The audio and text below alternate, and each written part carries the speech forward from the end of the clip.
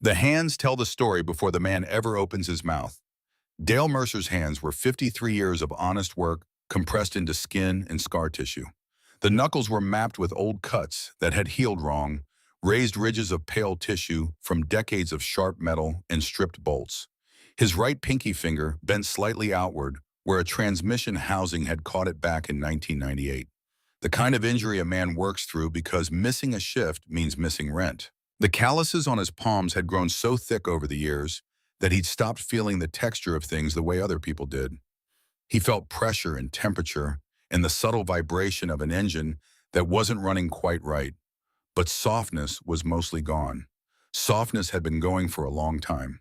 He stood in the kitchen of his one-bedroom apartment on the east side of Bloomington, Indiana, on a Tuesday night in late September, and he looked at the notebook on the counter the way a man looks at a document that tells him something he already knows but hoped was wrong. $517. That was the number written at the top of the page in his own handwriting. Below it, a column of figures: rent due in 10 days, gas for the truck, groceries for 2 weeks, the prescription he'd been putting off for his back. The math always came out the same. It came out worse than the number at the top. The apartment was one bedroom, technically, though the second room was barely larger than a generous closet. He'd put a twin bed in there from the Goodwill on Walnut Street, a dresser he'd found on the curb outside a college house in August, and a lamp with a shade that didn't quite fit the base. His son Caleb had been sleeping in that room for 8 months, 16 years old, 6 feet already, folding himself into that small space every night the way a person folds something that doesn't want to fold. The rest of the apartment was what it was. A couch that had come from a curb 2 blocks over, a kitchen table with 3 chairs, 2 of which matched, a mattress on the floor in the main bedroom because the frame had gone in the move and Dale hadn't replaced it yet and somehow hadn't gotten around to it, and now 8 months had passed. The walls were thin enough that Dale could hear Mrs. Garrett's television through the drywall every night. Game shows mostly, the kind with lots of applause and a host who laughed too easily. The smell of the laundromat below was constant, hot lint and detergent and something vaguely chemical. Dale had stopped noticing it after the first month. That was how the mind protected itself, he supposed. You stopped noticing the things you couldn't change. He could hear Caleb in the small room. Not music exactly, the faint rhythm of something coming through headphones, a pulse more than a sound. The light under the door was the pale blue of a phone screen. The door itself was closed, as it almost always was these days, and Dale had learned not to knock unless there was a specific reason. The boy would come out when he was ready. Pushing never helped. Pushing just made them both feel worse in different ways. Dale had won custody. That was the official version of the last 2 years. Judge Whitfield had signed the order 8 months ago after a process that had cost Dale $43,000 he hadn't had, that he'd scraped together through a second mortgage on a truck he now owned free and clear only because he'd sold it and bought something cheaper. Through 2 rounds of selling tools and buying cheaper tools, through borrowing from Doyle Briggs at work in amounts small enough that neither of them had to feel uncomfortable about it. He had won custody. His son lived with him. Caleb slept 10 feet away behind a closed door and had said fewer than 100 words to him this week. Winning was a complicated thing. He'd met Renee Wolcott at a 4th of July party in 2004 when he was 33 and she was 29, and the summer had that particular quality summers have when you're still young enough to believe things will keep getting better. They'd married in 2006. Caleb was born in 2008. For a while, the arithmetic of their life together had added up to something that felt like enough. A house they were buying slowly, a boy who laughed easily, Sunday mornings that had a shape and a smell and a routine.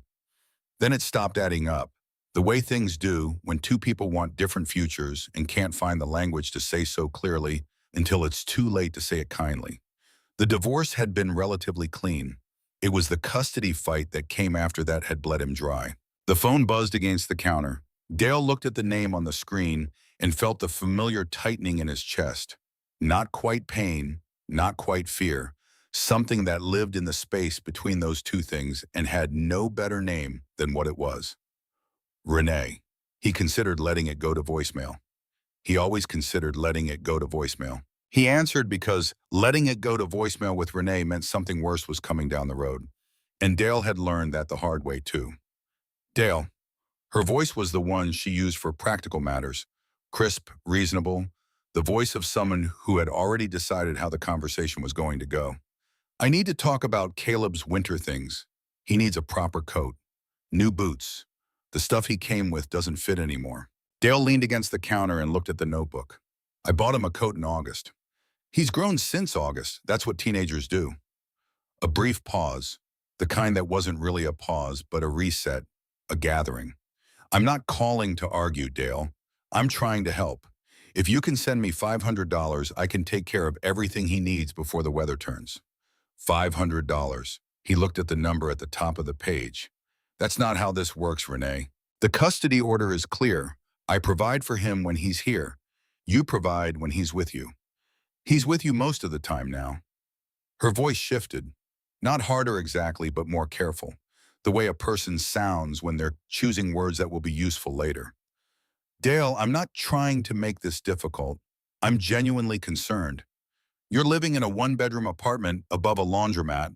Caleb is sleeping in a room the size of a closet. We're fine. Are you? The question hung there, because Glenn mentioned, don't. Dale's voice came out harder than he intended. Don't bring Glenn into this conversation. Glenn Wolcott, Renee's older brother.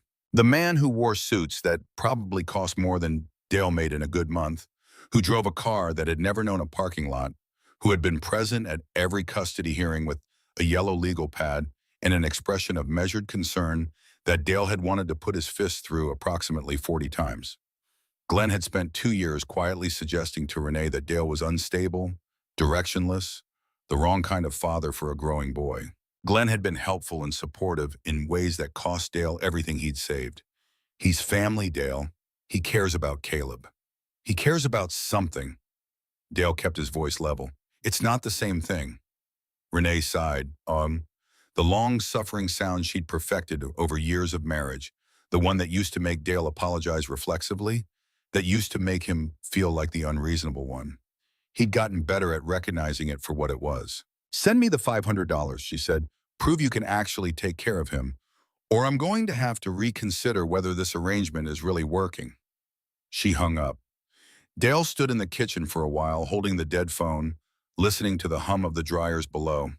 Through Caleb's door, the faint pulse of headphone music continued unchanged. His son didn't know that conversation had just happened. His son was 10 feet away and didn't know a lot of things. Dale opened his laptop. The machine took 3 minutes to boot, an old complaint he'd stopped registering. He started the way he always started when the walls got too close, looking at things he couldn't afford. The way a man at sea looks at a distant shore and lets himself imagine, briefly, what solid ground would feel like. He'd been browsing foreclosure listings for a couple of months.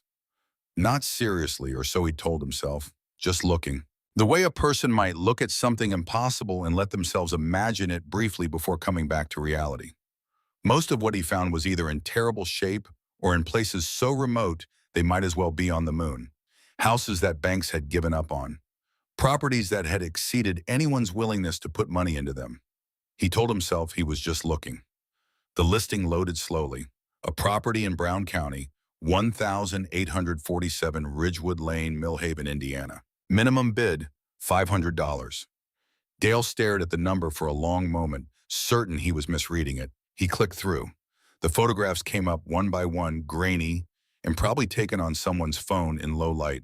A 2-story structure, craftsman style, he thought, probably built sometime in the 20s, with white paint peeling away to expose gray wood underneath, like something shedding a skin it had outgrown. Every window he could see was either broken or missing entirely. The front porch sagged in the middle, its support posts rotted through at the base. Thick ropes of ivy had consumed most of the right side of the building, working their way under the siding and almost certainly into the walls themselves. Behind the house, a barn leaned heavily to one side. 3 acres. Brown County. Brown County meant hills and trees and the kind of quiet that a person had to drive 40 minutes to find from Bloomington. The description was 2 sentences. Foreclosed property sold as is. Structure requires significant repair. Dale zoomed in on the photographs. He did what he always did with machines. He looked past the surface to the structure underneath. He looked at what could be fixed versus what was simply gone. The roof was bad, the porch was gone, practically speaking. The windows were all work, but the foundation stones looked solid. The walls were plumb. He could see that even in the grainy photos. The chimney that rose through the center of the house showed no obvious lean, no displacement of the mortar lines. It had bones. He looked at the notebook. $517, rent due in 10 days. He thought about Caleb in the room the size of a closet. He thought about 3 acres in actual silence in a real bedroom with walls thick enough that a person couldn't hear the neighbor's television through the drywall. He thought about Renee's voice saying Glenn mentioned, and something cold settled at the base of his spine and didn't go away. At 1 in the morning, Dale filled out the bidding form. He typed in his debit card number carefully, checking each digit twice. His hands were steady. That surprised him a little. The confirmation email arrived 3 minutes later. Congratulations. You are the winning bidder for 1847 Ridgewood Lane, Millhaven, Indiana. Dale closed the laptop and sat in the dark kitchen and listened to the building breathe around him. The dryers below, Mrs. Garrett's television through the wall, the faint sound of the city outside, his son's closed door. He had just spent everything he had. He sat with that for a while. He didn't feel reckless. He felt, for the first time in a long time, like he'd made a decision rather than had one made for him. The drive to Brown County took 2 hours through countryside that had turned to rust and gold in the early October cold. Dale had told Caleb they were going to look at a property. He'd kept the details deliberately vague because he wasn't sure how to explain the details, and he'd wanted Caleb to see it first, to have some response to the reality of it before Dale tried to put language around what he'd done. Caleb sat in the passenger seat with his earbuds in and looked out at the rolling hills and stands of hardwood that grew thicker as they left Bloomington behind. He'd accepted the gas station coffee and the breakfast sandwich Dale had brought without comment. He'd climbed into the truck with the careful neutrality of someone who had learned that reactions cost something and was conserving. 16 years old. He had Renee's dark eyes and Dale's jaw, and a stillness about him that didn't quite belong to either of them. Something he had developed on his own. Some piece of armor he'd built during the 2 years his parents had spent fighting over him in courtrooms. Dale had watched his son become quieter as the custody case had gone on, had watched the boy's face and learned to give less away, had understood, in the way you understand something you can't do anything about, that the silence was protection, that a kid who didn't show what he felt couldn't be used as ammunition by either side. He hadn't known how to fix that. He still didn't. Millhaven, Indiana was barely a town. A main street with a diner, a hardware store, a general store that sold antiques on the weekends when the leaf lookers came through. Ridgewood Lane was 3 miles outside town proper, a 2-lane road that wound through forest past properties, marked only by rusted mailboxes and gravel driveways disappearing into trees. Dale almost missed the turn, caught it at the last moment when he spotted the number 1847 on a mailbox that hung at an angle from a post that had been leaning since probably before Dale was born. The driveway was 2 parallel tracks through tall grass, branches scraping both sides of the truck as Dale eased forward. Then the trees opened into a clearing, and there it was.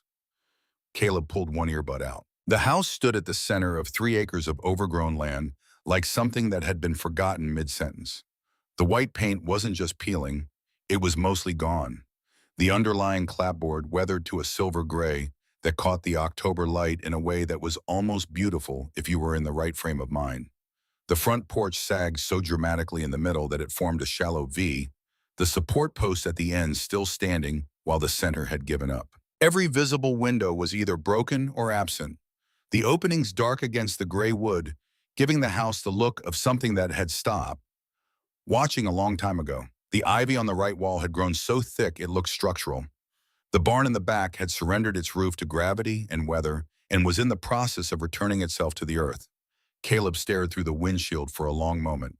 "What is this?" "It's ours," Dale said. "I bought it." Caleb turned to look at him. The expression on his face cycled through things too fast to name before settling into something flat and careful. "You bought this. $500, 3 acres, the house, the barn. It's a foreclosure." Caleb looked back at the house. "Dad." His voice was quiet in a way that was worse than shouting. "This isn't a house. This is a place where a house used to be. It needs work. It needs to not exist. Caleb opened the truck door and stepped out. Dale followed. They walked toward the structure in the kind of silence that has weight to it, that presses against the sides of things. Up close, the damage was thorough. The porch steps were soft and crumbling, half gone. The front door swung open at a touch. The lock rusted to nothing. Inside, the smell hit them first. Mold and decay, and the thick, closed smell of air that hadn't moved in years. Dale's phone flashlight cut through the dark. The interior was worse than the exterior in the way that interiors always are. The outside weathers, but the inside drowns. Water damage had bloomed across the walls and ceiling in brown stains the size of bedsheets. The hardwood floors were warped and buckled, several boards missing entirely to show the crawl space below. Plaster had fallen from the ceiling in chunks that had landed and stayed, collecting 20 years of dust, showing the lath and ancient wiring behind. But the bones were there. Dale could see it the way he could see a seized engine that was worth rebuilding. The structure was compromised on the surface and solid underneath. The main beam running the length of the house was intact. The brick chimney didn't move when he pressed against it.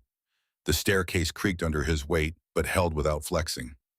Caleb moved through the rooms behind him, saying nothing.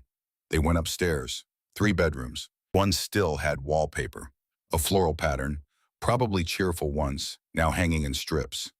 One had a child's drawing pinned to the wall with a thumbtack that had rusted solid, a stick figure house with a smiling sun, dated in careful young handwriting, June 1994. Caleb stopped at the drawing, reached up, almost touched it, pulled his hands back. Someone lived here until about 30 years ago. Looks like it. Then they left everything. Dale looked around the room, at the wallpaper, the drawing, the window with a broken pane that framed a rectangle of blue October sky. People leave for all kinds of reasons. Caleb was quiet for a moment. Then he turned, and his voice was measured and careful, and had something underneath it that Dale recognized as the thing his son kept most carefully controlled. You fought for 2 years to get me. You spent everything you had, and now we're here. He gestured at the room around them. Did you ever once ask me what I wanted? Or did you just decide? Dale held his son's gaze. I decided. I'm still deciding. That's not an answer. No, Dale said. It's not. They stood in the upstairs room while the October wind moved through the broken window and made the wallpaper strips flutter like something trying to get free. They moved in on a Tuesday in late October, which was also the day Renee found out about the address change because the school updated their emergency contact records, and she called within 2 hours of receiving the notification. Dale let that call go to voicemail. Then he let the next 3 go to voicemail. Then he answered because there was no version of the future where not answering made anything easier. Renee was precise and cold in the way she got when she was building towards something. She knew about the house. She knew about the $500. She knew, and this part came at the end, dropped in carefully the way a sharp thing is set down on a hard surface, that Glenn had done some research on the property, that there was a history, that a family had lived there once and had their child removed by Child Protective Services, that the circumstances had been troubling, that Glenn was prepared to help her put together a motion for emergency custody modification. Dale ended the call and stood in what would become the kitchen, surrounded by tools and camping gear, and 2 sleeping bags rolled out on the warped floor, and he felt the walls of the situation contracting around him the way they always seemed to, the way they had for 2 years now. He put his phone face down on the counter and went back to work. They covered 6 windows that first day, plywood cut to fit the openings, screwed in against the cold. The house got darker but warmer, more contained. By evening, Dale had a fire going in the brick fireplace from wood stacked in the barn, and they ate canned soup from a propane stove set up on the kitchen floor, and the house made sounds around them, settling creaks, wind through gaps, something moving in the attic. And Caleb sat with his back against the wall and said nothing for a while, and then said, "She's going to try to take me back." Dale stirred his soup. "She's going to try, though. Glenn's helping her." "Glenn's always helping." Caleb looked at the fire. The light moved across his face and made him look younger than 16, or maybe just made him look like what he actually was, a kid who had been carrying too much for too long. Why does he care so much? He barely knows me. Dale kept his eyes on the fire. That question sat in the room with them, and Dale didn't have an answer for it. Not yet. But something about the way Caleb said it, "He barely knows me," settled at the bottom of Dale's chest like a stone dropped in still water. Something that would stay there. "If he ever makes you uncomfortable," Dale said carefully, "you tell me, right away. Don't worry about being polite." Caleb looked at his father. Something shifted in his expression. A question he didn't ask. A recognition of something in Dale's voice that warranted attention. "Okay," he said. "Yeah." They ate in silence after that. Outside, an owl called from somewhere in the trees. The fire crackled, and the house groaned in the wind, and the plywood-covered windows held the cold out, and the light in, and it was not comfortable, not warm enough, not what either of them needed. And it was theirs in a way the apartment above the laundromat had never been and never would be. Doyle Briggs came out on a Saturday morning with his truck and his toolbox and a six-pack of something dark, and the two of them worked on the porch while Caleb was at school. Doyle was the kind of man who said a lot with very little. He asked questions when questions were needed and offered silence when silence was better. And after 17 years working the bay next to Dale's at Harmon's Auto, he could read the difference. They worked for a while without talking, pulling the rotted porch boards, checking the substructure, deciding what to save and what to replace. The October air was cold and smelled like leaves and wood smoke from somewhere back in the trees. "People in Millhaven don't talk much about this place," Doyle said finally. He was measuring a board, pencil behind his ear, not looking up. "Stopped in at the general store on my way here, mentioned where I was headed." Dale was pulling a rusted nail from a joist. "And?" Man behind the counter got quiet. Doyle marked his measurement. Not unfriendly quiet, more like careful quiet, like he was deciding what to say. He looked up, said something about a family, said it was a bad situation. Then he moved on. Dale set the nail in the coffee can he was using for hardware. "What kind of bad situation?" "Didn't say." Doyle picked up his saw. "But he said the father was a good man." Dale thought about the drawing upstairs. The stick-figure house with the smiling sun. June 1994. Someone's good father had stood in these rooms at some point, stood with that, had tried. He went back to pulling nails. The thought stayed with him the way thoughts do when they're not quite finished with you. It was 3 days later, on a Friday evening, that he found the Polaroid. Dale was clearing debris from the kitchen, old newspapers, mouse-chewed insulation that had fallen through a gap, the accumulated sediment of 20 years of nothing. He was working around a cabinet that hung crooked on the wall, one hinge gone, the other barely holding. When he set his pry bar to it and levered gently, the whole cabinet shifted, and something fluttered down from behind it and landed on the floor at his feet. A photograph. Polaroid format, bent slightly at one corner, the image faded but intact. 3 people standing in front of this house. The house as it had looked, 30 years ago? The paint was white and fresh, the porch straight and solid, flower boxes under the windows. A man in his mid-30s with work clothes and a broad, tired, genuinely happy smile. A woman beside him with brown hair and gentle eyes leaning slightly into his arm. Between them, a little girl, 7, maybe 8, grinning at the camera with the specific joy of a child who has lost her 2 front teeth and knows it and is showing everyone. Someone had written in fading blue ink along the white border at the bottom, "Frank, Diane, Sophie, summer 1994. Dale turned the photograph over. On the back, in the same handwriting, smaller. "First summer in the dream house. Frank finally finished the porch. Sophie loves her room. So much work ahead. But we're happy." He stood in the ruined kitchen and looked at the photograph for a long time. Frank and Diane and Sophie. Happy in the summer of 1994, in a house that had been empty for more than 20 years. What happened? He set the photograph on the counter, propped against the wall, and went back to work. But he kept looking at it, the man's smile, the woman's tired eyes, the little girl who loved her room in the dream house that nobody had lived in since before Caleb was born. It was Caleb who found the letter. 2 evenings later, Dale came home from a shift at Harmon's to find his son in the upstairs hallway, crouched at the base of the wall, examining the baseboard with unusual intensity. Caleb had developed, over the weeks in the house, a habit of paying close attention to things, to the way the house was built, to where things were placed, to the materials and methods of it. It was the same instinct Dale had brought to engines for 30 years, transplanted in his son and directed at wood and plaster. "This piece is newer than the rest," Caleb said without looking up. "Different paint, less worn." Dale crouched beside him, ran his thumb along the baseboard. Caleb was right. The profile was slightly different. The surface in better condition. The paint a shade that didn't quite match the aging around it. Dale took out his utility knife, scored the paint seal where baseboard met wall, worked the edge of the knife under and pried gently. The baseboard came away cleanly.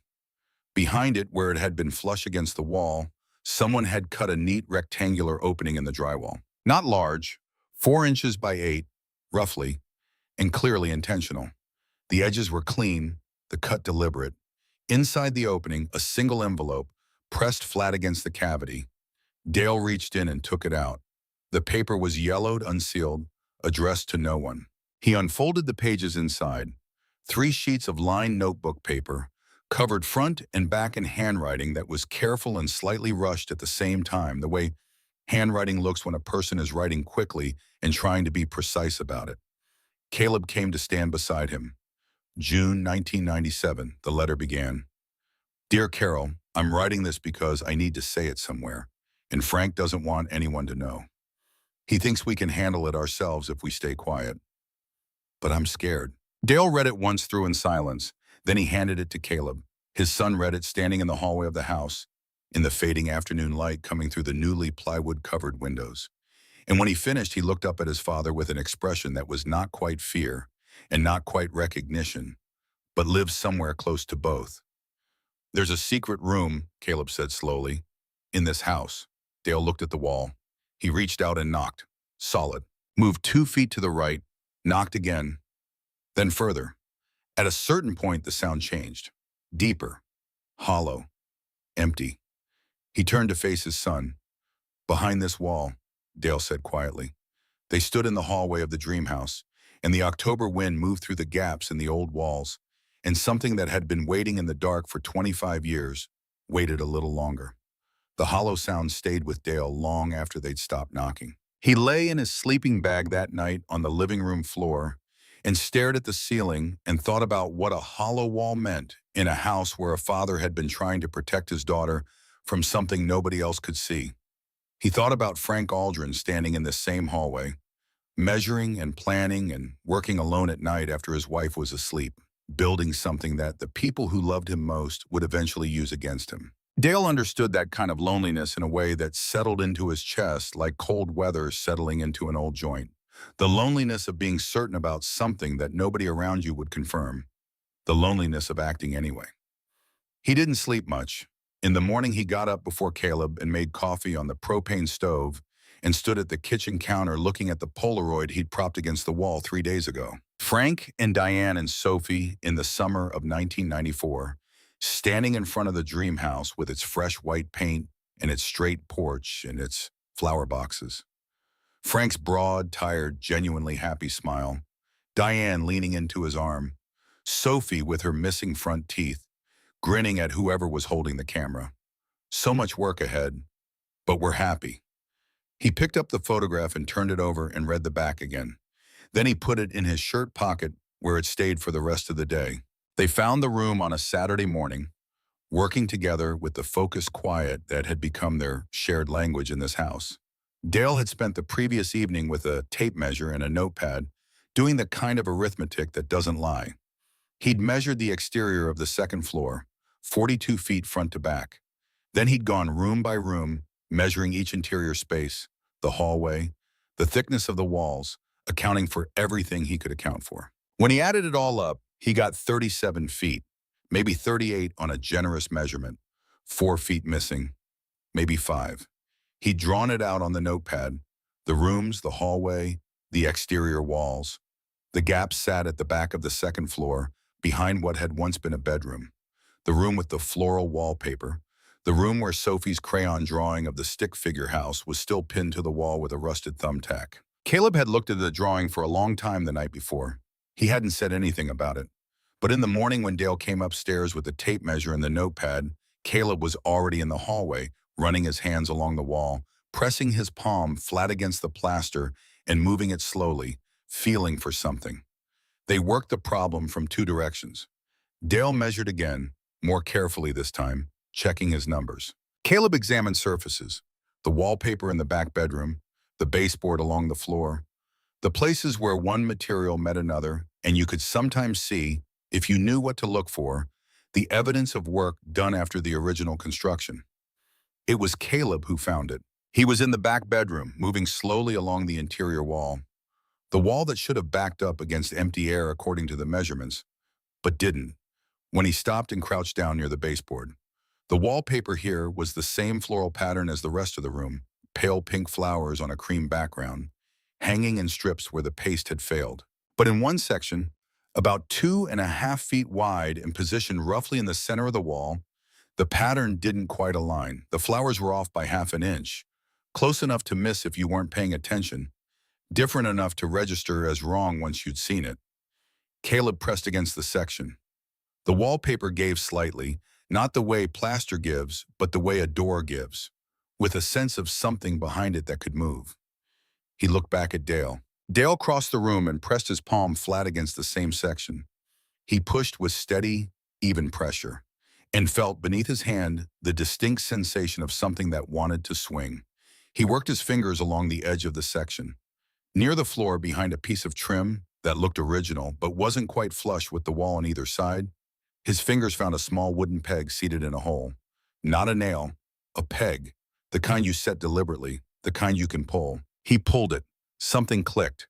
The section of wall, 2 feet wide, 6 feet tall, covered in wallpaper to match the surrounding surface, swung inward an inch on hinges that had been mortised into the frame so cleanly they were invisible from the outside. Dale pulled the edge.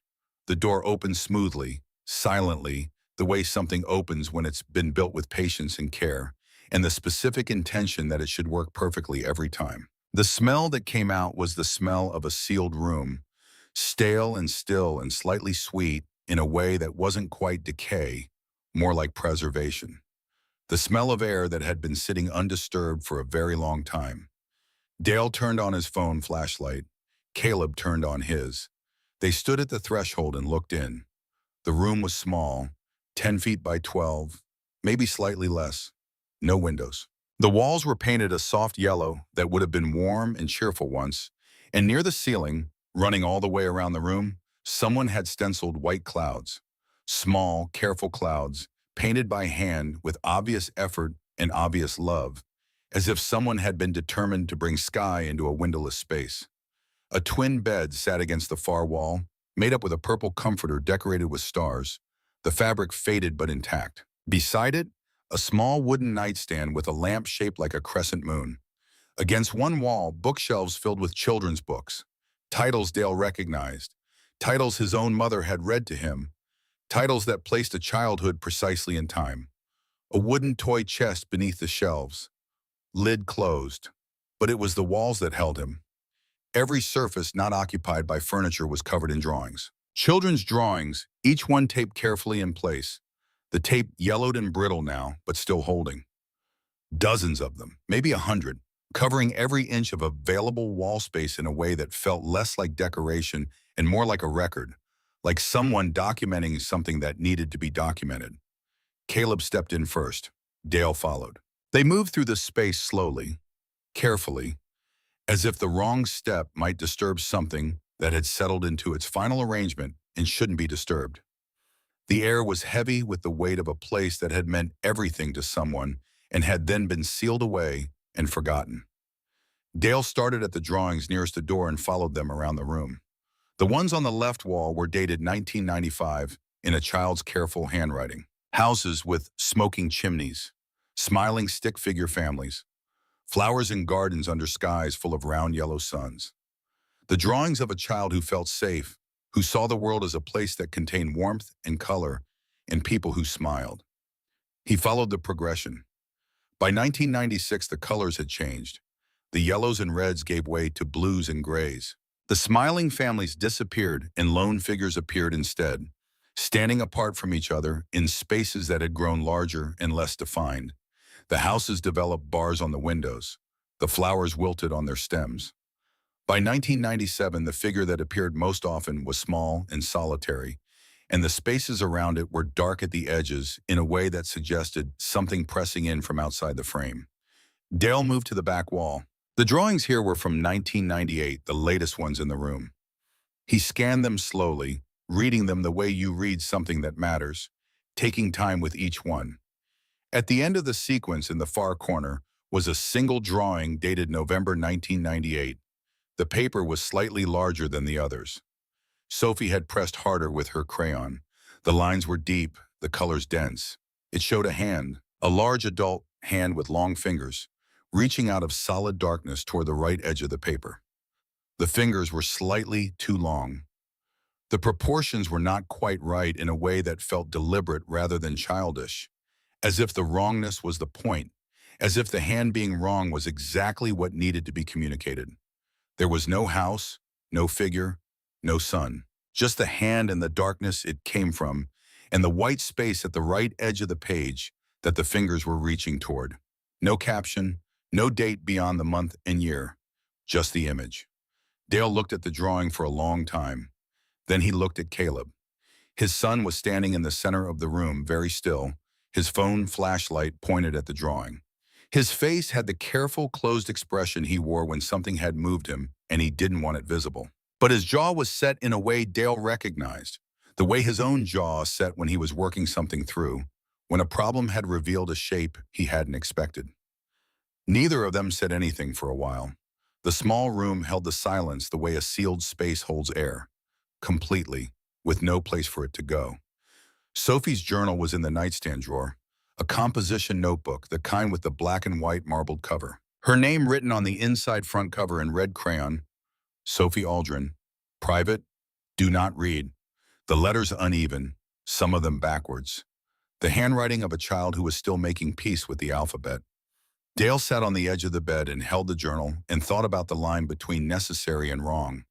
Caleb was standing by the bookshelves, looking at the titles without pulling any of them out. He glanced over at his father and at the journal in his father's hands, and he didn't say anything, and somehow the silence was permission.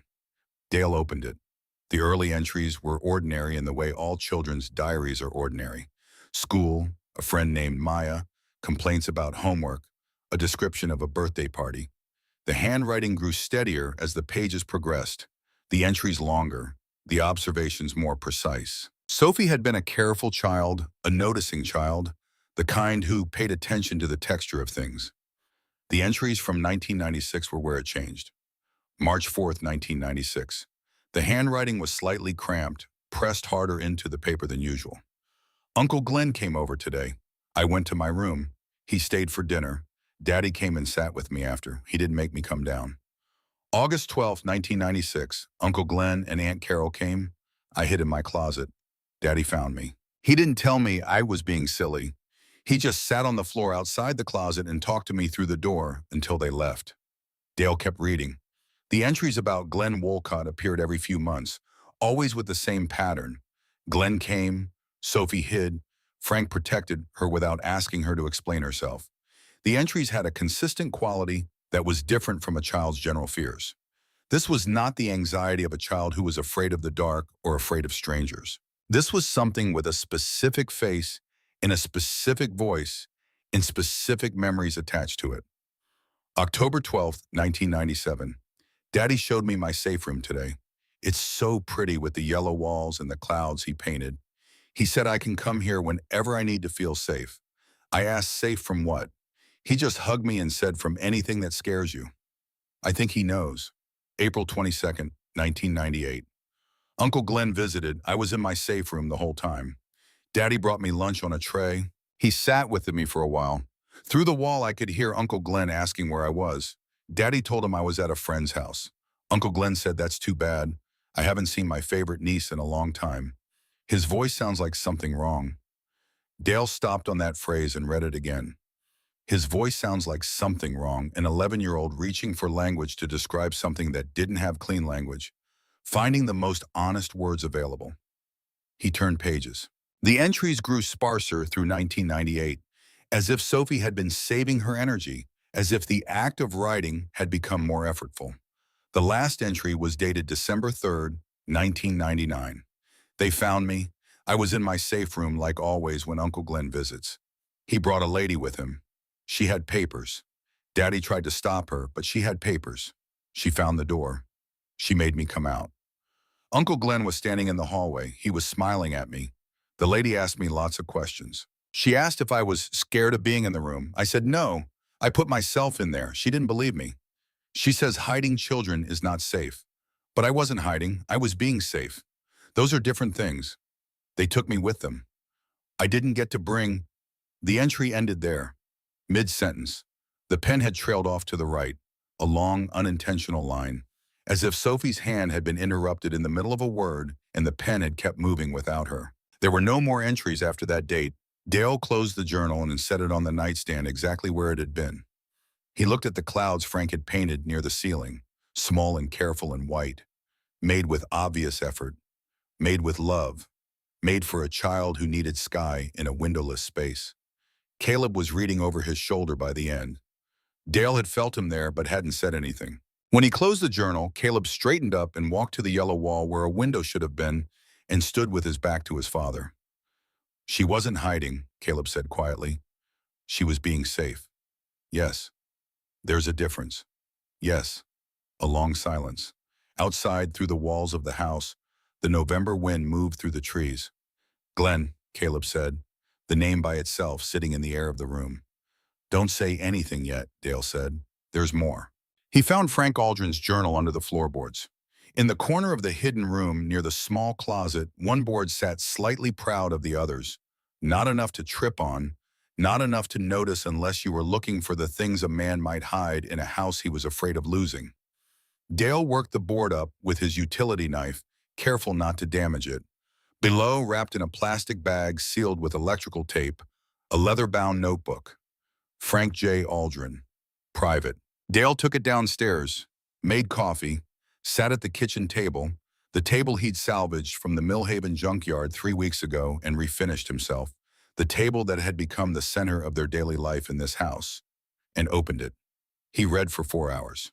Frank Aldrin had been a construction foreman from Evansville, Indiana, who had moved his family to Brown County in 1989 because Diane had grown up in small towns and wanted her children to grow up the same way. They had adopted Sophie in 1993 after 6 years of trying for a biological child, after a process that had been long and expensive and finally quietly joyful. Frank wrote about the day they brought Sophie home with the restraint of a man who didn't often put his feelings on paper and was trying to get it right. The early entries were practical: house repairs, costs, timelines, notes about Sophie's adjustment to her new home. Sophie had come from a difficult background, Frank noted. Multiple foster placements. The agency had been vague about the details, citing confidentiality, saying only that Sophie had experienced some early instability and might need time. She was adjusting. She was happy. She was starting to call them Mom and Dad. Then Glenn Wolcott entered the journal. Diane's sister Carol had married Glenn in 1991. Frank had met him at the wedding, formed no particular opinion, moved on. But when Glenn began visiting after Sophie's adoption, always with Carol initially, then occasionally without her on the pretense of being in the area, Frank began noticing things. March 3rd, 1996. Frank's handwriting was compact and deliberate. Sophie hid in her room the entire time Glenn was here tonight. Wouldn't come out for dinner. When I checked on her after, she said Glenn's eyes were wrong. She couldn't explain what she meant. Diane says Sophie is just shy with new people. But this isn't shyness. Shyness is general. This is specific. August 17th, 1996. Glenn and Carol visited again. Sophie ran upstairs the moment Glenn came through the door. Later, I found her in her closet, hands over her ears, shaking. I asked her what was wrong. She whispered something that I've been thinking about ever since. She said, he knows things about me. Bad things, from before. Dale stopped. Read that again. From before. Before the Aldrins. Before Millhaven. Before Sophie had a bedroom with a crayon drawing of a stick figure house and a smiling sun. He kept reading. December 2nd, 1996. I tried to talk to Diane about Glenn. She got defensive immediately. Said he's Carol's husband. He's respected. I'm seeing problems where there aren't any. She might be right, I might be wrong. But Sophie's fear is not general anxiety. It has a shape. It has Glenn's shape. April 15th, 1997. I've decided, if no one else will take this seriously, I will. I'm going to build Sophie a place where she can go when Glenn visits. Somewhere she controls. Somewhere with a lock that only works from the inside, so it's her choice always. Diane thinks I'm losing my mind. Maybe I am. But I watched my daughter shake in a closet last weekend because a man walked through our front door, and I am done not doing anything about it. The construction log that followed was detailed and careful. Materials, measurements, methods. Frank had reconfigured the back hallway to claim a 4 by 12-foot space, framed it with 2 by 6s, soundproofed the walls with batting and a second layer of drywall, installed a ventilation connection to the main system. He'd built the door from scratch, solid core, hinges mortised invisible from the outside, the whole surface covered in wallpaper to match the bedroom wall. He'd spent 2 months on the lock mechanism alone, machining it himself so that it operated smoothly and silently from the inside and couldn't be opened from the outside without destroying the door entirely. He'd painted the walls yellow. He'd stenciled clouds near the ceiling, working at night after Diane was asleep, standing on a stepladder with a small brush and a patience that had nowhere else to go. September 23rd, 1997. Sophie saw the room for the first time today. She cried and held on to me and said, "Now he can't get me." She said it 3 times. Now he can't get me. I don't know if I've done something right or something terrible, but I know my daughter hasn't slept through the night in a year, and last night she did. Dale sat back from the journal. The kitchen was quiet around him. The fire in the living room had burned low. Through the ceiling, he could hear Caleb moving in his room, the small sounds of a teenager settling into sleep. He thought about a man building a room for his daughter at night while his wife thought he was losing his mind. He thought about the loneliness of being right about something and having no way to prove it. He thought about the yellow paint and the handmade clouds and what it cost a person to do the right thing in complete isolation. He picked up the journal and kept reading. The entry that changed everything was dated November 12th, 1999. Frank's handwriting here was less controlled than elsewhere, still legible, still deliberate, but with an underlying shakiness that hadn't been present in earlier entries. Glenn came by unexpectedly today. Diane was at work, just him and me in the house. I put Sophie in her room before I answered the door. She'd seen his car from the upstairs window and was already halfway there on her own. Glenn asked where she was. I said she was at a friend's house. He smiled. I've spent 4 years trying to articulate what is wrong with Glenn Wolcott's smile, and the closest I've gotten is this. It's the smile of someone who has already won an argument you didn't know you were having. He looked past me into the house. He said kids shouldn't hide from family. He said it wasn't healthy. The way he said it, the specific word he used, hide, made the hair on my arms stand up. He shouldn't have known she was hiding. I hadn't said anything about hiding. Dale set the journal down on the table. He sat very still. Then he picked it up again. November 15th, 1999. I've been thinking about what Sophie told me 2 weeks ago, something I wrote down at the time and haven't been able to stop turning over. She said Glenn knows things about her from before. She's said variations of this over the years, and I've always assumed she meant general things, that he'd heard about her background from Carol, from Diane, from family conversations. But 2 weeks ago, I asked her directly what she meant by before. She thought about it for a long time. Then she said, before you and Mama, before the other families. He knew me when I was little, and I didn't like him then either. Before the other families. Glenn Wolcott married Carol in 1991. Sophie was adopted by us in 1993 through Millhaven County Family Services. I've been trying to understand how a man could have known my daughter before she came to us. There is one answer that fits. I've been sitting with it for 2 weeks and it doesn't get less true with time. Dale turned the page. I called Millhaven County Family Services today.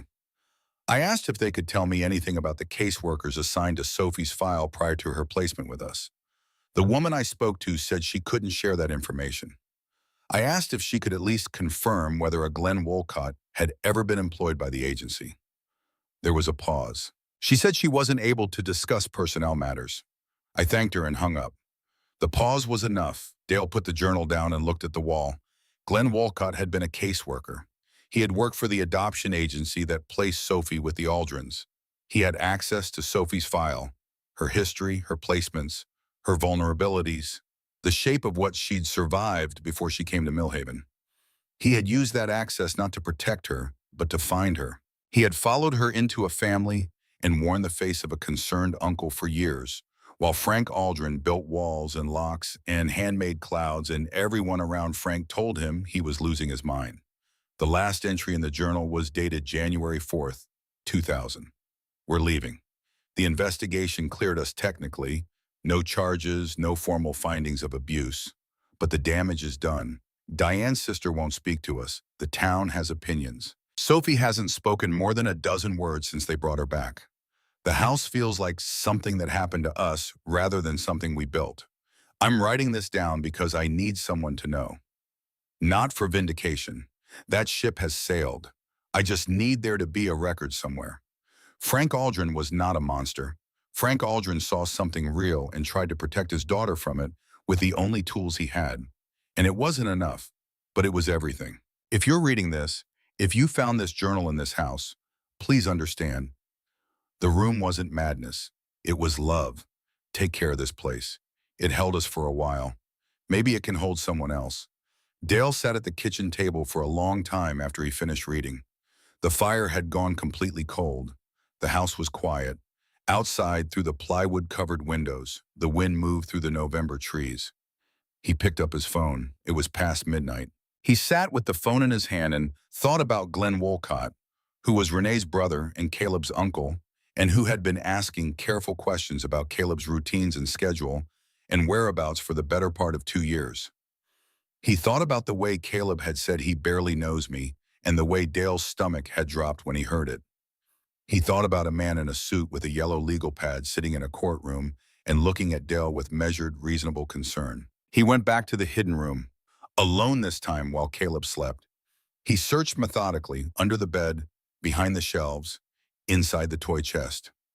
At the bottom of the chest, beneath stuffed animals arranged with the care of someone who had loved them, his fingers found a seam in the wooden base, a false bottom, thin plywood, lifting out to reveal a shallow space below. Inside, wrapped in a plastic Ziploc bag, a VHS tape in a plastic case. The label, written in neat handwriting, Diane's record, December 1999. Dale held the tape in both hands. He drove to the Goodwill in Bloomington first thing Sunday morning and bought a VCR for $20 from a man who seemed genuinely relieved to be rid of it. Back at the house, he connected it to the small, portable television he'd bought at a yard sale in October, fed the tape in, and pressed play. The image resolved slowly through tracking lines and static. A woman appeared on screen. Early 30s, thin, dark circles under her eyes, hair pulled back. She was sitting on a couch in a living room. This living room, Dale realized, recognizing the brick fireplace behind her. The fireplace he'd been building fires in for 6 weeks. Diane Aldrin. She looked directly into the camera with the steady expression of someone who had decided to do something difficult and wasn't going to look away from it. "My name is Diane Aldrin," she said. "Today is December 15th, 1999.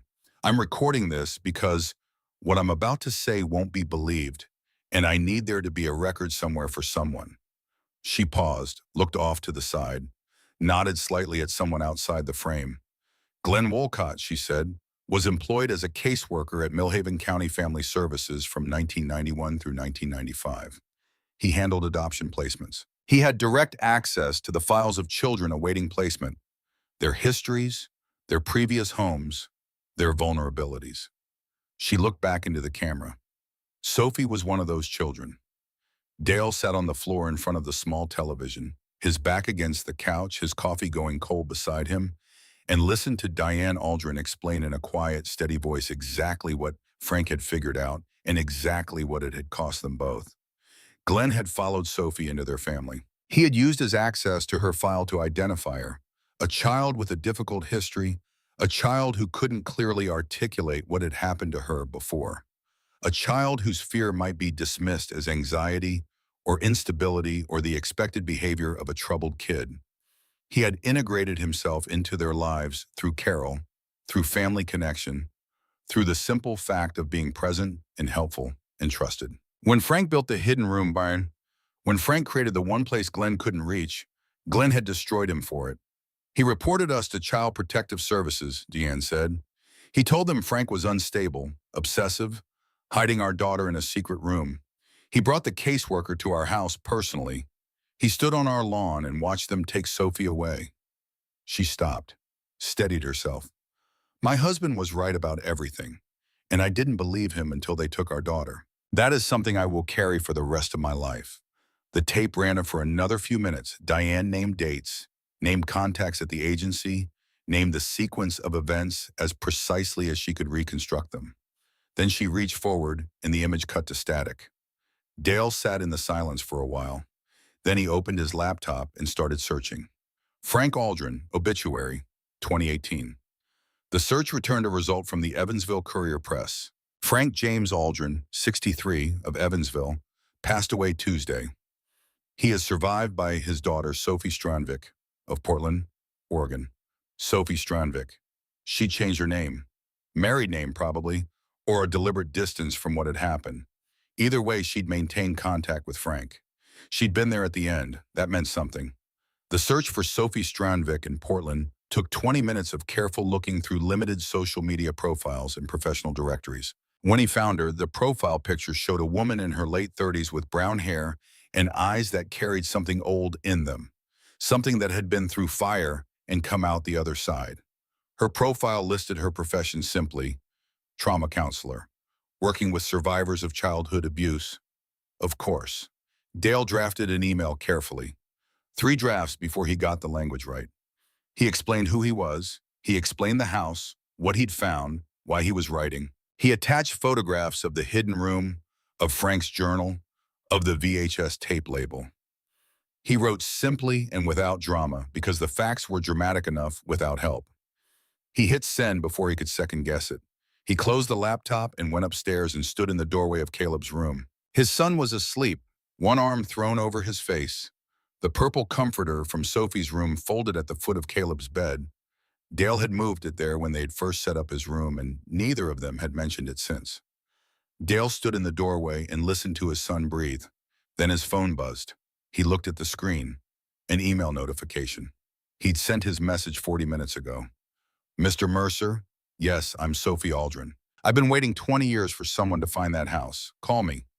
Now, if you can, a number. Portland area code. Dale walked downstairs, sat at the kitchen table, dialed. She answered on the first ring. Mr. Mercer? Her voice was warm and carried traces of something carefully managed. Old pain kept at a functional distance through years of deliberate work. Tell me everything, and then I need to tell you something that isn't in any of those journals. Dale told her everything. She listened without interrupting. When he finished, there was a brief silence. Then Sophie Strandvik said, Glenn Wolcott picked your family the same way he picked mine. Through someone who trusted him completely. Through someone he'd spent years making dependent on his support. Another pause. Dale, he's not going to stop. He never stops. That's the thing people don't understand about men like him. They don't stop because they don't have to. Nobody ever makes them. Dale looked at the wall. Unless someone stops him somewhere, it actually counts, Sophie said. Her voice was very steady. Do you still have the tape? Yes. Good, she paused. Then we have somewhere to start. Sophie talked for an hour. Dale sat at the kitchen table with a notepad and wrote down everything she said, the way he used to write down the symptoms a customer described before he ever opened a hood. You listened first. You let the whole picture form before you started reaching for tools. The reaching too early was how men made expensive mistakes. Sophie had spent 20 years studying people like Glenn Wolcott. Not from a distance, not academically. She'd built her entire professional life around understanding the architecture of predatory behavior because understanding it was the only way she'd found to carry what had happened to her without being crushed by it. She knew how they moved through families. She knew how they built trust over years, how they identified the person whose trust would serve as a door, how they made that person dependent on them in ways that felt like love and support until the moment came to use the dependency as a lever. He doesn't leave evident, Sophie said. That's the first thing you need to understand. Men like Glenn are careful in ways that look like kindness. Every move he's made with your ex-wife, every time he encouraged her to fight you, every time he positioned himself as the concerned brother who just wanted what was best for Caleb, all of it looks like family. All of it looks like love. That's the design. Dale wrote that down. The room my father built, Sophie continued, and her voice shifted slightly when she said it, not breaking, just acknowledging weight. It's the only reason I survived intact enough to do what I do now. He gave me a space where I controlled the lock, where I decided when the door opened. That matters more than I can explain to someone who hasn't needed it. A pause. Don't destroy it, Dale. Whatever happens with the house, whatever happens next, don't destroy that room. I won't, Dale said. The tape and the journals won't be enough for criminal prosecution on their own. Too old, too indirect. My testimony too fragmented. But they might be enough for something more important right now. She let that sit for a moment. They might be enough to make Renee choose. After the call, Dale sat for a while in the dark kitchen. Then he went to bed and actually slept. Not well, not deeply, but the sleep of a man who has stopped waiting for something and started moving toward it. He called Renee on a Wednesday morning from the parking lot of Harmon's Auto, sitting in his truck with the engine running for heat, watching the sky go from gray to pale gray to the thin, flat white of a November morning that had decided against committing to anything. She answered on the third ring. I need to meet with you, Dale said. In person, without lawyers and without Glenn. A silence. Why would I agree to that? Because we were married for 9 years, and you know me well enough to know when something is genuinely serious. He kept his voice level, unhurried. And because what I need to tell you is about Caleb's safety in a way you haven't considered yet. Another silence. Longer. He could hear her breathing, the small sounds of a life going on around her, a door, a television somewhere, the particular quality of a house that had one person in it. If this is about Glenn, it is about Glenn, Dale said, and you need to hear it before anyone else tells you how to feel about it. She agreed to meet Thursday evening, a coffee shop in Bloomington on the west side, public enough that neither of them could make a scene, far enough from her neighborhood that she wouldn't run into anyone she knew. She picked the place. Dale said fine. He spent Wednesday night organizing his materials, Frank's journal excerpts, the photographs of Sophie's hidden room, the transcript he'd typed out from Diane's tape, Sophie's written statement that had arrived by email Tuesday morning, 9 pages long, written with the precision of a woman who had spent 2 decades finding words for things that resisted language. He read Sophie's statement twice before he put it in the folder. It was the most carefully constructed piece of writing he'd ever held. She didn't claim memories she didn't have. She didn't overstate. She documented what she knew, what she'd experienced, what she'd spent 20 years studying in other survivors that allowed her to understand her own history in retrospect. She named Glenn Wolcott twice by name, once in the context of her adoption case, once in the context of what her father had documented. She was precise about what was evidence and what was interpretation. She wrote like someone who had been disbelieved before and had decided that the best defense against disbelief was clarity. At the end, she had written one paragraph that Dale read 3 times. I am a trauma counselor with 20 years of clinical experience working with survivors of childhood predatory abuse. In my professional opinion, the behavioral pattern documented in my father's journals, in my own journals, and in my mother's recorded statement represents a textbook example of the grooming and access strategies used by predatory individuals who target children through family systems. The man described in these documents had access, opportunity, and demonstrated sustained interest in maintaining proximity to a vulnerable child over multiple years. I cannot speak to criminal liability. I can speak to pattern, and the pattern is unmistakable. Dale put the folder under his arm and drove to Bloomington. Renee was already there when he arrived, sitting at a corner table with a coffee she wasn't drinking, dressed in the kind of careful, professional way she always dressed when she was bracing for something. She'd lost weight since the divorce. Stress had a way of doing that, and the custody case had been hard on both of them in different ways. She looked at Dale when he walked in with an expression that was guarded and tired, and something else underneath that he couldn't quite name. He sat down, didn't order anything. Before I show you anything, Dale said, I want to tell you a story about a man named Frank Aldrin. Renee's expression said she'd been expecting tactics and was recalibrating. All right. Mo, Dale told her Frank's story without the journals, without the evidence, just the narrative. A father in rural Indiana who adopted a little girl who was afraid of a specific person, who tried to tell the people around him and wasn't believed, who built a secret room because it was the only protection he could create with his own hands, who was destroyed by the system when the person he was protecting his daughter from used that system against him. He told it plainly. He didn't editorialize. He let Frank's choices speak for themselves. When he finished, Renee was quiet for a moment. That's a sad story, she said carefully, but I don't see what it has to do with. When did Glenn first suggest you fight for full custody? The question landed differently than an argument would have. He watched her face process it, not defensive, just surprised, remembering. He was being supportive. I was going through a difficult. I know you were. When did he first bring it up? Before you decided or after? Another silence. Longer. Before, she said finally, quietly. Has Glenn ever asked to take Caleb somewhere alone? Just the two of them? No other adults? He watched something move across her face. Not surprise exactly. More like recognition of something she'd filed away in a drawer she hadn't opened. He asked about taking Caleb to a White Sox game last summer. Down in Chicago, just the two of them. Did you say yes? No. Her voice was slightly smaller now. I said Caleb had plans. Why did you really say no, Renee?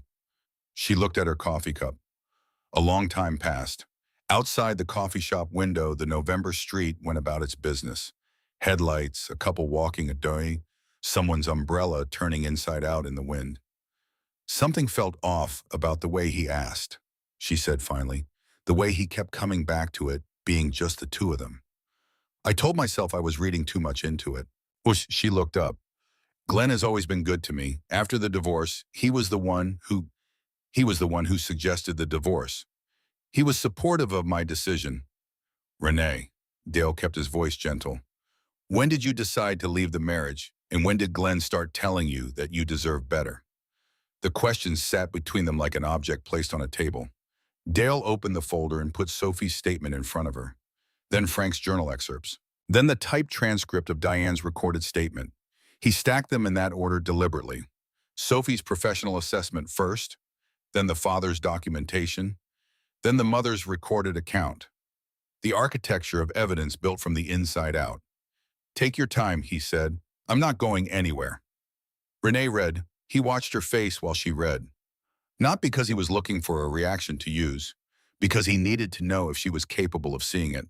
He'd spent 9 years married to this woman. He knew how she processed difficult things. He knew the way her jaw set when she was fighting something and the different way it set when she was accepting something. He needed to know which one this was going to be. She read Sophie's statement twice. She read Frank's journal entries with her head bowed over the pages, one finger moving slowly along the lines. When she got to Diane's transcript, her hands were not entirely steady. She finished, set the papers down, looked at the table. The adoption agency, she said, Millhaven County Family Services. He worked there from 1991 to 1995. He would have had her file. Yes. He would have known everything about her before she ever came to that family. Yes, Renee sat very still.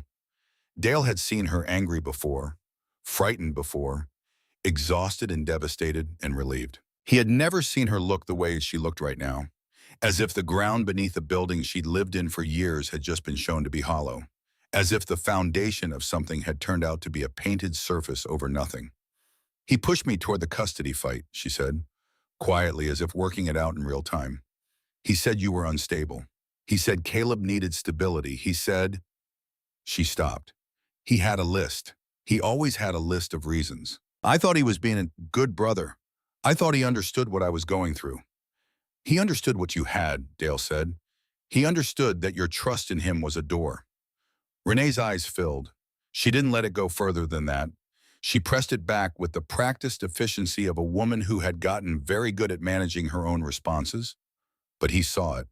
If you're wrong about this, she said, if this is... Renee, look at me. She looked at him. You've known me for 15 years. You know I don't play games with Caleb's safety. You know I'm not creative enough to construct something like this. He held her gaze. And you knew something was wrong with that baseball game offer before I ever showed you a piece of paper. You knew it, and you acted on it, and then you talked yourself out of knowing it because the alternative was too hard. A long silence. He's my brother, she said. The words carried the weight of something said because it needed to be said, not because it changed anything. Frank Aldrin's wife said something like that, Dale said quietly. She said Glenn was her family. She didn't believe her husband, and she spent the rest of her life carrying that. Renee picked up her phone. She stared at the screen for a moment. Then she called her lawyer and told him to withdraw the custody motion. The lawyer argued. Dale could hear the tinny sound of pushback through the phone from across the table. Renee said with a clarity and finality that Dale recognized from the best version of the woman he'd married. I was wrong about the case and about the circumstances. Withdraw it. She hung up. She sat across from Dale in the corner of the coffee shop with the evidence of something terrible laid out on the table between them. And neither of them said anything for a while. What do I do about Carol? Renee said finally. My sister. She's married to him. She has no idea. You tell her. Not tonight, but you tell her. Dale gathered the papers back into the folder. She has to make her own choice about what to do with it, but she deserves to know. Renee nodded slowly, then she said, Can I see it? The room he built. The room Frank built for her. Dale looked at her. When? Now, tonight. She held his gaze. I need to understand what Glenn was willing to destroy. They drove to Millhaven in separate cars, Renee's headlights following Dale's truck down the winding two-lane through the dark woods of Brown County. Caleb was home. He looked up from the kitchen table when his mother walked through the door behind his father, and the expression on his face went through several things quickly before settling into something careful and watchful. Mom. Hi, baby. Renee crossed to him, huggled him in a way that was slightly longer and more deliberate than usual. The kind of hug that is also an apology and a reckoning. Caleb accepted it with the careful grace of a teenager who understands more than he's been told. Dale led them both upstairs, through the back bedroom with its floral wallpaper strips. To the wall that looked like a wall, he pressed the hidden peg. The door swung open. Door swung. Renee stepped into Sophie's room and her breath caught in the way that breathing catches when something unexpected has genuine weight. She stood in the center of the small space and turned slowly, taking in the yellow walls and the painted clouds and the 100 carefully taped drawings, the progression of a child's inner world from safety to fear to the dark hand reaching out of darkness. She walked to the wall and stood in front of the November 1998 drawing for a long time. Then she picked up the music box from the nightstand, the one engraved for Sophie, Love Always, Grandma Jean, and wound the key. The mechanism turned. A small, clear melody filled the room, delicate and slightly melancholy, the kind of tune that carries childhood in it the way certain smells do. Renee stood holding the music box with her eyes closed while the song played through once and stopped. She set it back down exactly where it had been. A father built this, she said. Her voice was steady but low, with his own hands, at night, because he had no other way to keep her safe. She turned to look at Dale, and Glenn used it to take her away from him. Yes, Renee looked at Caleb. Has Uncle Glenn ever made you feel unsafe, uncomfortable, anything specific? Caleb leaned in the doorway. He'd known the question was coming. Dale could see that he'd been preparing for it since they'd come upstairs. Not unsafe exactly, just he took a moment with the words. He watches me, like he's measuring something, and he asks questions that feel too personal. Where I go, who I'm with, what my routine is. A pause. He offered to take me to a game in Chicago last summer. Just us. I told Mom I had plans. He looked at Renee. I didn't have plans. Renee held her son's gaze. Why didn't you tell me? Would you have believed me? The question was not an accusation. It was a genuine inquiry, asked without heat, which somehow made it land harder than anger would have. Renee looked at her son for a long moment. No, she said honestly, I don't think I would have, and I'm sorry for that. Caleb nodded. Something shifted in his face, not forgiveness exactly, not yet, but the beginning of the conditions under which forgiveness might eventually become possible. Glenn Wolcott filed his independent petition 4 days later. Margaret Dunbar called Dale on a Monday morning while he was under a Buick with a brake line problem that required his full attention but wasn't getting it. She was direct in the way people are direct when they've stopped worrying about softening things. He's filing as a concerned family member. Indiana statute allows third-party welfare petitions in active custody situations. He's claiming Renee came to him with concerns about the property, about your living situation, and that as her brother and Caleb's uncle, he has standing to request a formal investigation. A pause. He's representing himself. Is that unusual? For something like this? Yes, it usually means one of two things. Either the person genuinely believes they don't need help, or they've done something like this before and they know exactly how far they can push without it becoming something else. Dale thought about what Sophie had said. He never stops. Nobody ever makes him. What do we have? Dale asked. We have Frank Aldrin's journals, which are compelling but not direct testimony. We have the VHS recording, which is powerful but 25 years old and unverifiable in terms of chain of custody. We have Sophie Strandvik's written statement, which is the strongest piece because she's a credentialed professional making specific claims. But she's in Portland. She's not testifying in person. And Glenn will argue it's hearsay from someone with an obvious personal grievance. Dunbar's voice was careful and precise. And we have Renee, who is willing to testify. What does that get us? It gets us a mother contradicting the person who brought the petition. It gets us a pattern argument. It gets us Caleb's own testimony about his discomfort. A pause. It doesn't get us a criminal conviction, Dale. That's not what this hearing is. What this hearing is a judge deciding whether Glenn Wolcott gets ongoing access to your son. Then that's what matters. Yes, Dunbar said, that's what matters. The hearing was on a Monday morning in November in a courtroom that was smaller than Dale had expected. Judge Barbara Weston, a woman in her early 60s with steel gray hair and the calm, unhurried manner of someone who had spent 30 years watching people tell her partial truths and had developed considerable skill at identifying the missing parts. Glenn was already there when Dale arrived. Sitting at his table in an expensive charcoal suit, legal pad in front of him, looking like exactly what he'd always looked like. A successful, reasonable, genuinely concerned man who happened to be present in a room because he cared about a child's welfare. He greeted the bailiff by name. He smiled at the clerk. He was very good at rooms like this. Dale sat down at his own table beside Margaret Dunbar and didn't look at Glenn again. The opening was straightforward. Glenn presented his case calmly and methodically. The photographs of 1847 Ridgewood Lane, as it had appeared in October, the documented history of a CPS removal from the property in 1999, the fact that the hidden room still existed and had been maintained by the current occupant. He presented it as a pattern of poor judgment, as evidence of instability, as the considered concern of a family member who had watched Dale Mercer make reckless decision after reckless decision while a 16-year-old boy bore the consequences. He was good. Dale gave him that. He stayed on the facts he could support and let the implications build themselves. Judge Weston listened without expression. Then Margaret Dunbar stood up. She presented the renovation photographs first, the before and after of 1847 Ridgewood Lane, 6 weeks apart, the transformation from condemned structure to functioning home. She presented Dale's employment records, 17 years without significant interruption, consistent income, consistent presence. She presented the school reports, Caleb's grades stable, his attendance regular, his teachers reporting a student who was engaged and developing well. Then she put Frank Aldrin's journals in front of the judge. Glenn's first objection came quickly. Your Honor, this is dated material from a family that was investigated by Child Protective Services. The man who wrote these journals had his daughter removed from the home because of his behavior. Using his documentation as evidence of anything other than poor judgment seems. Mr. Wolcott, Judge Weston said, you'll have your opportunity to respond. Continue, Ms. Dunbar.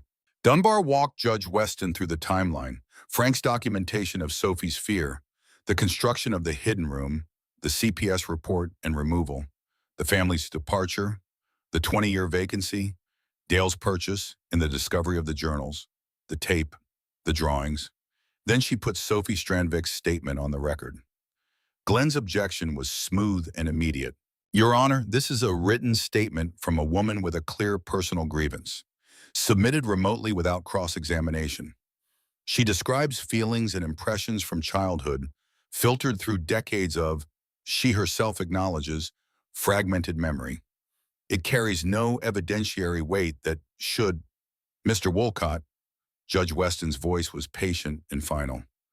The statement is on the record. I'll determine what weight it carries. She read it. The courtroom was quiet while she read. Dale watched her face and saw nothing he could interpret. When she finished, she set the papers down and looked at Glenn. Mr. Wolcott, you were employed as a caseworker at Millhaven County Family Services from 1991 to 1995. It wasn't a question. Glenn recognized that it wasn't a question. That's correct, Your Honor. I worked in child welfare services before transitioning to accounting. It was a different period of my. During that period, did you have access to the adoption file of a child named Sophie Aldrin, placed through that agency in 1993? A pause. Brief, a fraction of a second, but Dale had been watching for it. In the course of my duties, I would have had access to many files. I can't specifically. Did you have a professional relationship with the Aldrin family prior to becoming related to them through marriage? Another pause. Glenn's expression remained composed, but something had shifted in it. A small, almost invisible tightening around the eyes. Your Honor, I think what's happening here is that Mr. Mercer has constructed a very compelling narrative using old, unverified documents. And this court is being asked to. Mr. Wolcott, please answer the question. In the second row of seats, Renee stood up. Your Honor, may I address the court? Glenn turned. The composed expression held for a moment longer than was natural. Renee, you don't need to do this. This isn't. I know I don't. Her voice was clear and steady in the quiet room. That's exactly why I'm choosing to. Judge Weston looked at Renee. You're Caleb Mercer's mother? Yes, Your Honor. I'm the person who brought my concerns to Glenn in the first place. I'm the person whose trust he used to bring this petition. She paused. I'd like to correct the record. Come forward. Renee walked to the front of the courtroom and stood in the space between the tables. She didn't look at Glenn again. She looked at the judge. I withdrew my own custody motion 10 days ago because I realized I had been wrong. Wrong about my ex-husband and wrong about my brother. She spoke carefully, not reading from notes, just speaking. For 2 years, Glenn encouraged me to fight Dale for full custody. He told me Dale was unstable, that Caleb needed stability, that I was doing the right thing for my son. I believed him because he was my brother and I trusted him, and I was going through something difficult and his support felt like love. She stopped for a moment, steadied herself. Last summer, Glenn asked to take Caleb to a baseball game in Chicago. Just the two of them, no other adults. He asked 3 times. He was specific about it being just the two of them. Her voice remained level. Something felt wrong about the way he asked. I said no without fully letting myself understand why I said no. I told myself I was being overprotective. She looked at the judge. I was not being overprotective. I was being a mother who was reading something correctly and didn't have language for it yet. Judge Weston was writing. Does your son share your assessment of his interactions with Mr. Wolcott? Yes, Your Honor. I'd like to hear from Caleb. But Caleb walked to the front of the courtroom the way Dale had watched him walk through difficult things over the past 6 weeks, with the careful, deliberate composure of someone who had decided that composure was a form of protection. He stood in front of Judge Weston and looked at her directly. How are things at home, Caleb? With your father? Caleb considered the question seriously. Better than I expected them to be. We've fixed most of the house together. I have a real room. It's quiet out there. A pause. I feel like I know my dad better now than I did when we lived in Bloomington. We had to actually talk to each other out there. There wasn't anywhere else to go. And your uncle? Glenn Wolcott?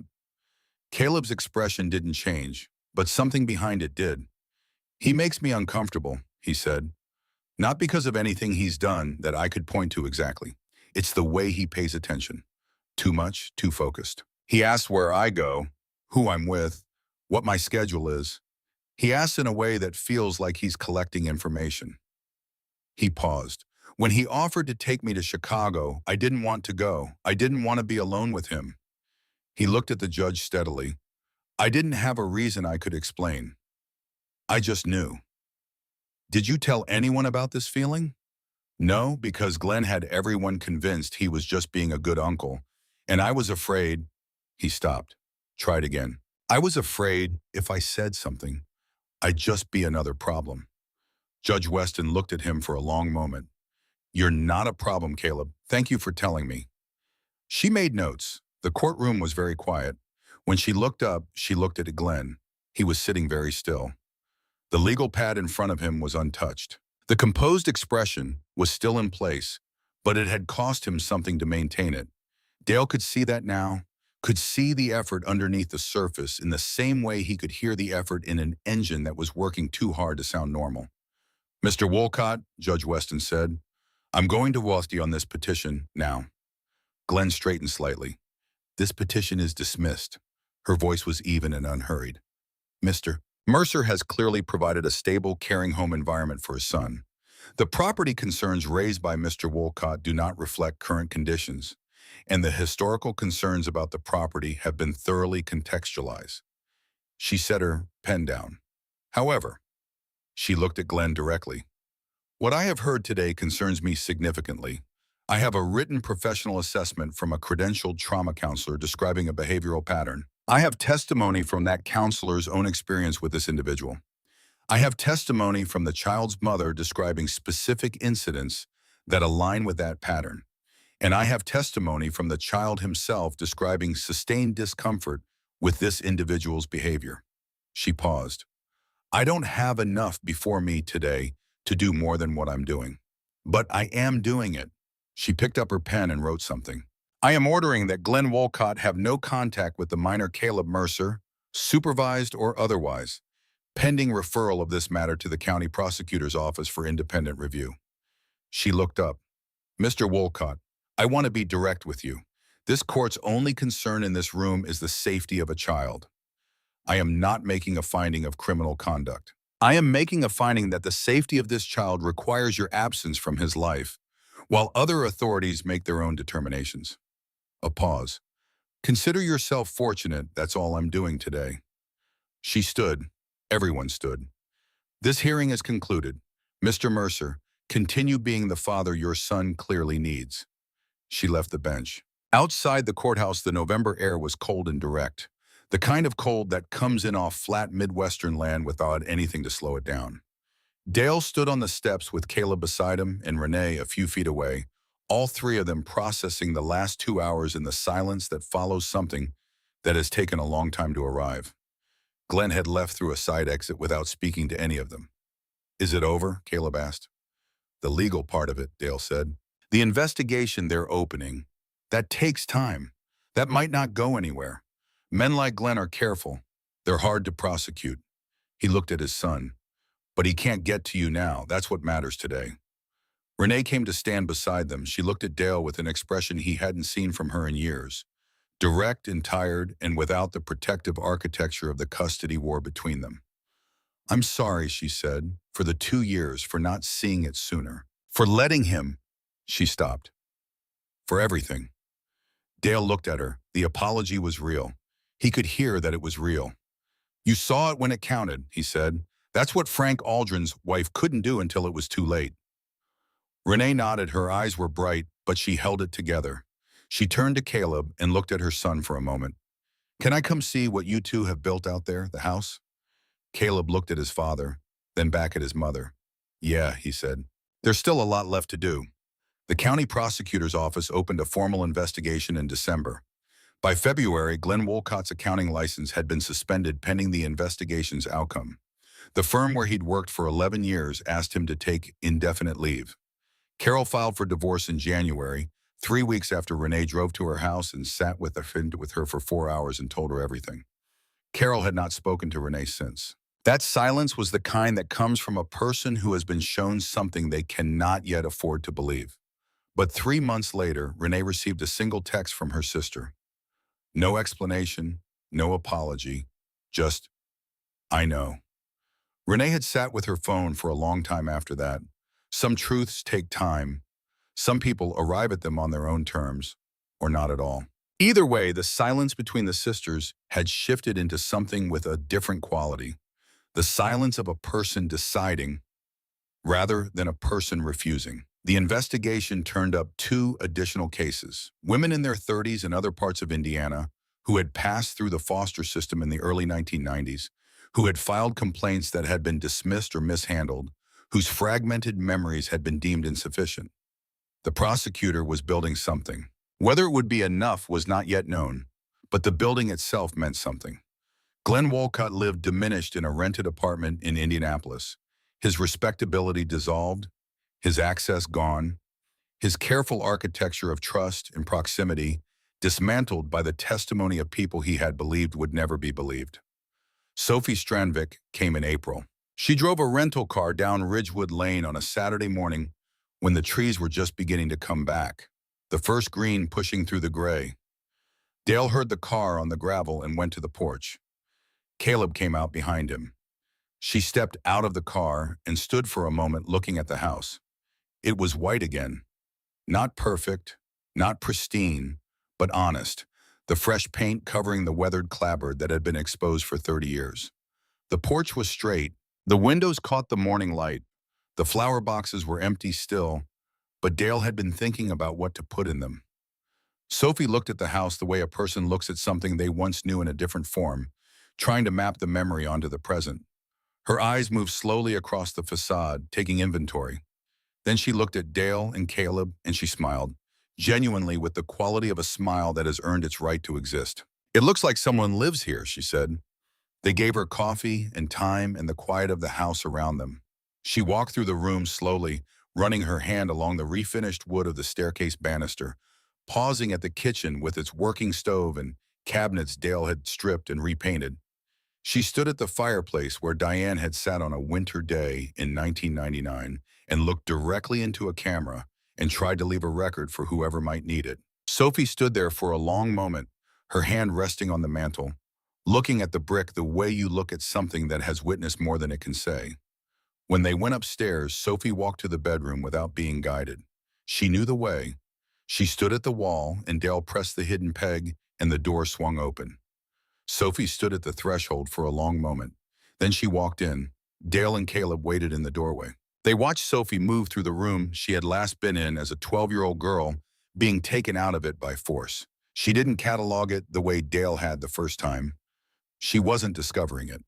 She was remembering it, her hand trailing along the yellow wall, her eyes finding the clouds her father had painted at midnight and staying there for a long time, taking in the careful brushwork of a man who'd stood on a stepladder, trying to bring sky into a windowless space. When she reached the last drawing, the dark hand in November 1998, she stood very still and reached up and touched the edge of it lightly with two fingers, the way you touch something that has been waiting for you. "I don't remember drawing this," she said. "I don't remember most of what happened in here. My therapist says that's common.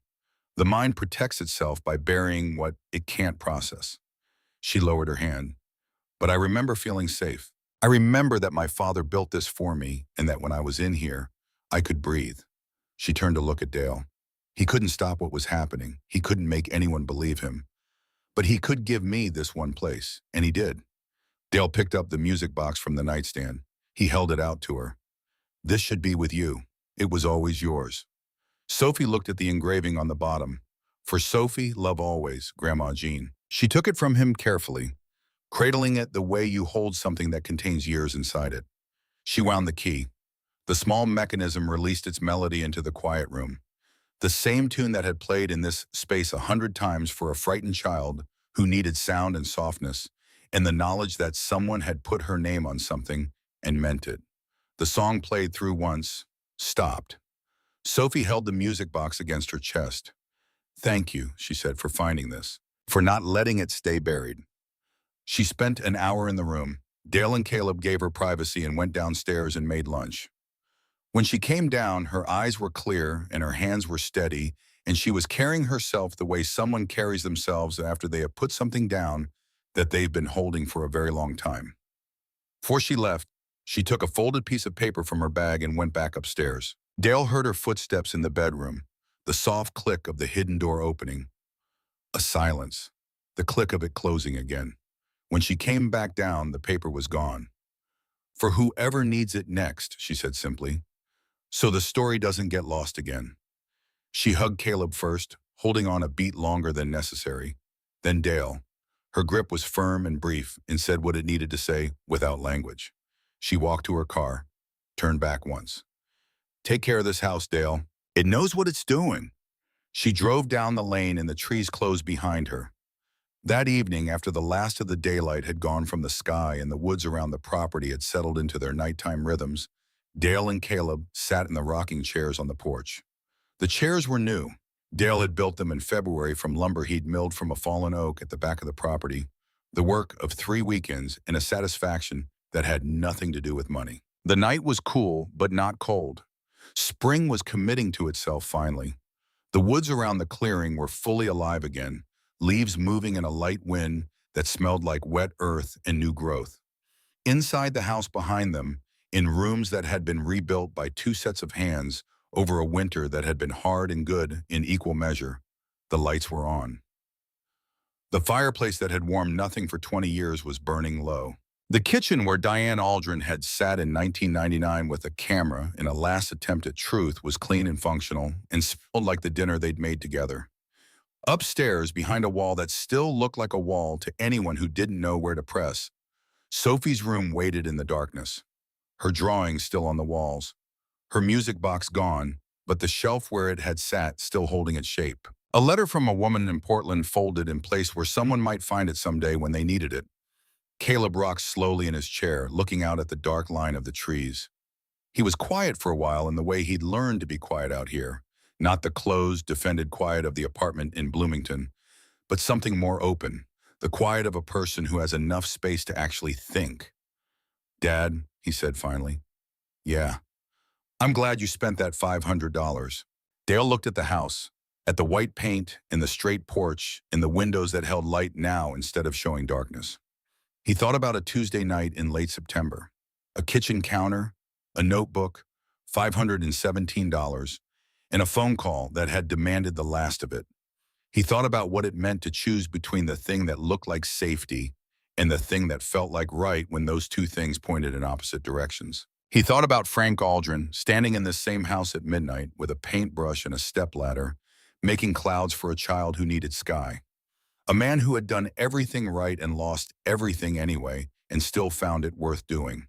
A man whose room had protected a girl Dale had never met and then, 25 years later, had protected his son. Some things outlast their makers. Some love echoes forward through decades in empty rooms and sealed walls until it finds the person who needs it. Some houses are just wood and plaster and the accumulated weight of weather. And some houses choose their occupants with a precision that doesn't have a rational explanation and doesn't need one. Me too, son, Dale said. Me too. The porch held them. The house stood behind them, solid and scarred and restored, doing exactly what it had always been built to do. Not just sheltering them from the cold, but holding something in its walls that mattered. The record of a father who hadn't given up. The evidence that love could outlast the worst that people did to it. The proof that some rooms, once built for protection, never really stopped protecting. And upstairs in the dark, behind a wall that looked like a wall, a story waited in the yellow light, in the painted clouds, in the 100 careful drawings of a child who had needed sky, waited for whoever might need it next, the way all true things wait, patient and permanent, for the moment they become necessary again.